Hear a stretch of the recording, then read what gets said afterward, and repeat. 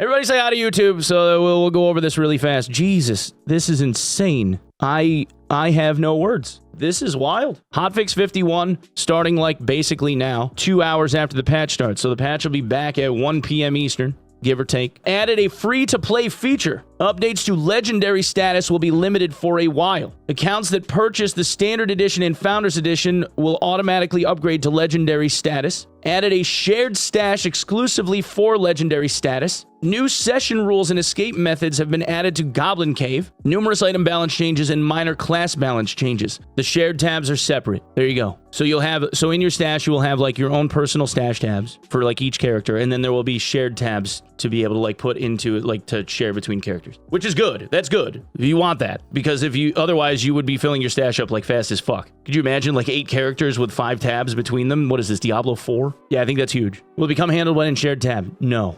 He answered that specifically in chat earlier. SDF stopped by chat and said that it would not be considered, it will not be considered handled if it goes into a shared stash tab. It will still be considered looted. Technically, use a bard to go and mine gold if you need to do gold for the hand-in for Armorsmith, and then run it back to your stash, put it in your shared stash tab, and then give that gold to whichever character you have that needs to hand in the gold, and it's still considered looted. So that's actually a massive benefit. Massive. Now, normally, that would be considered like a pay-to-win thing, right? Because you can technically do those quests in normals. But in order to be able to access HR and actually play the full game, you still have to upgrade the game anyway, so I don't even know where that would sit. Because it's still on the pay-to-win continuum, I guess, but like, you kind of only get to play like a third of the game as it is, so I don't really know where that would sit, if that's actually pay to win or not.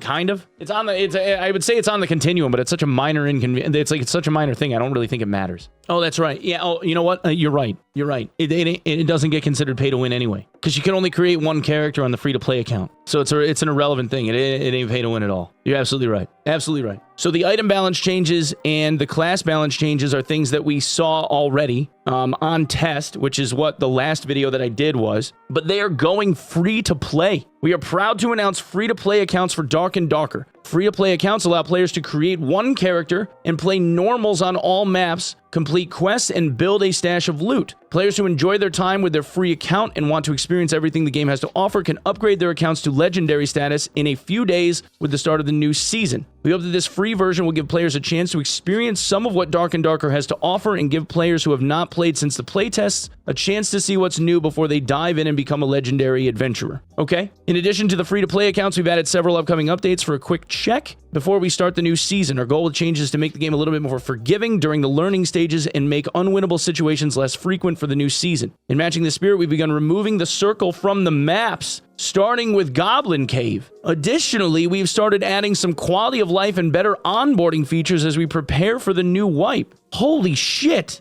What? One of the big changes is the reduction in the power gap for items. We've now removed all junk and unnamed unique items. So the random unique quality rolls that just had an extra fix on them are gone now, and they got rid of junk quality, which is like the dark gray, like the starter items that you would get. They're getting rid of that in the baseline is poor. So no matter what, it will be like the light gray quality, and they'll have at least like a stat point on them, right? So like junk quality rawhide gloves had no stats. Poor quality have 1 knowledge and 1 resourcefulness, right? So that's what they're talking about here, is because they're going from junk to poor quality being minimum, people will at least have like a handful of stats, which will be huge for like spell capacity breakpoints for certain classes like Warlock and Cleric and most likely Druid. So that is actually big, because like poor quality items as starter items mean that you get like an extra 2 or 3 points of knowledge depending on what it is that you're wearing. Like that's really big. Named unique grade weapons will still appear, but they now share the same stats and rolls as their legendary counterpart, with the only difference being the addition of their unique passive. So no additional damage on the unique grade, or no additional armor on unique grade, or no additional like 1 extra stat point.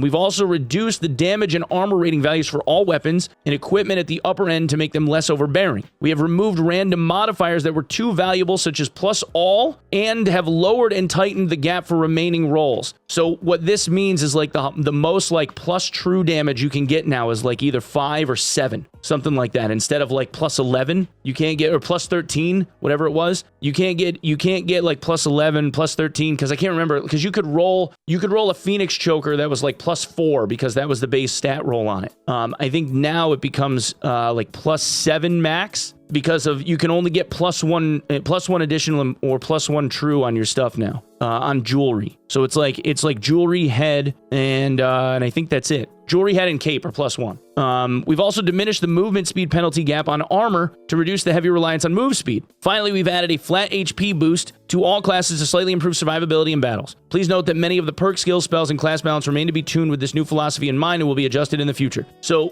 basically, they're trying to increase time to kill so that people have the ability to counterplay. And I think that this is a smart move.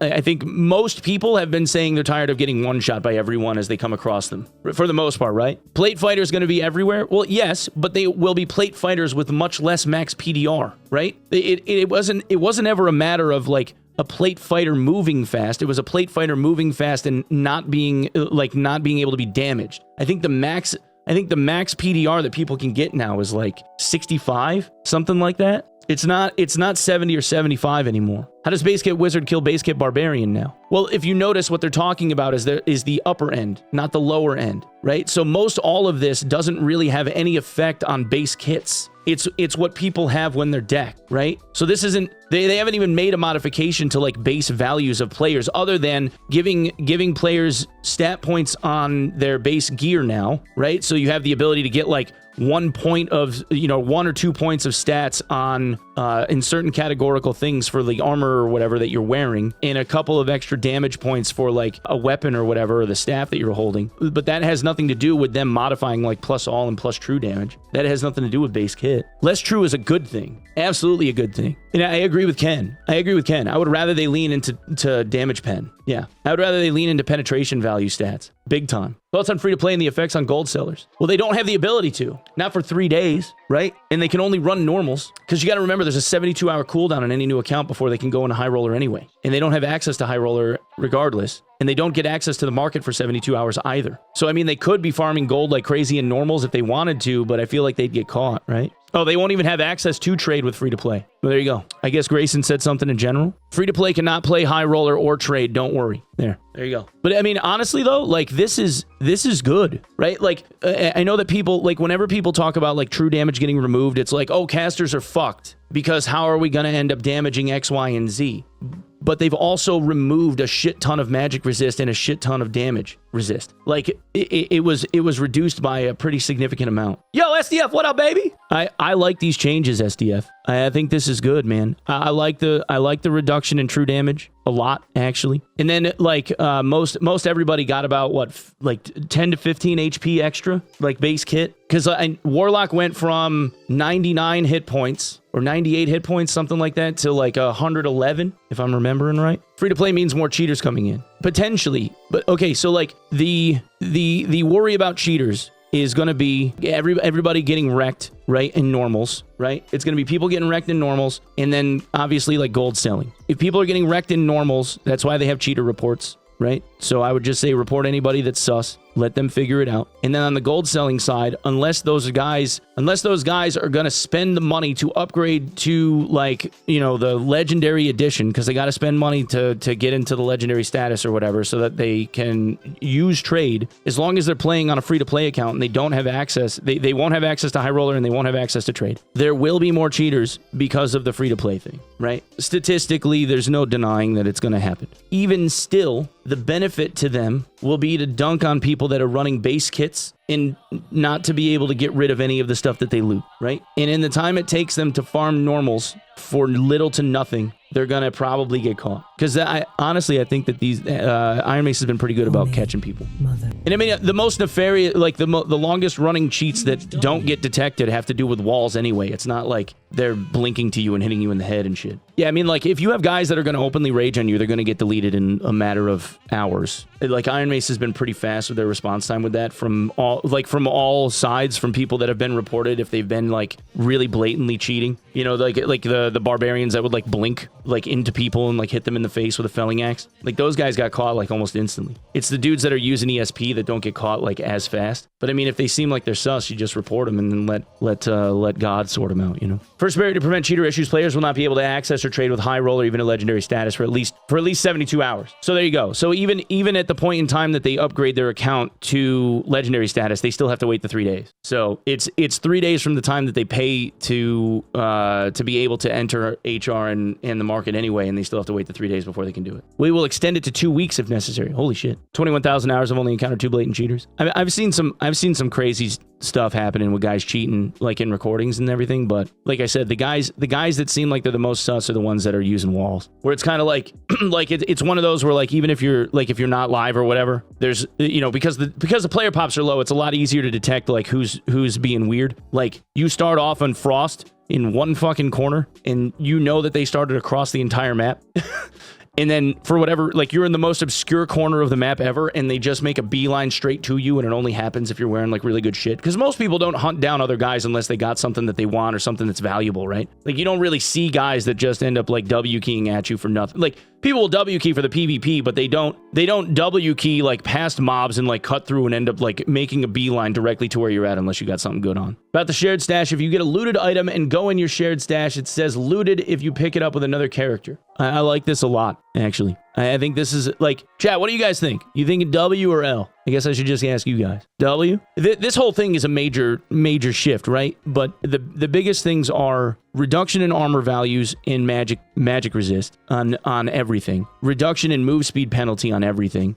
They're going free to play for normal accounts. And then if you upgrade, you'll be able to play high roller and access the market, but not until then. And then the biggest in-game change, aside from the balance changes, is this. The Goblin Cave going bye-bye with the circle. Like, no more circle in Goblin is going to be crazy. That changes a lot. Like, a lot. That changes a lot. Like, that map becomes completely different. And different extracts, right? So it's going to function a lot more like Frost. So they said that they added different extracts to Goblin Caves. New session rules and escape methods. So we have the and escape methods part. And I don't know if that has something, like, I'm not going to try and blow up SDF's spot because I know, you know, the data miners are going to do whatever they're going to do. But there's a new animation and a new model for a new extract.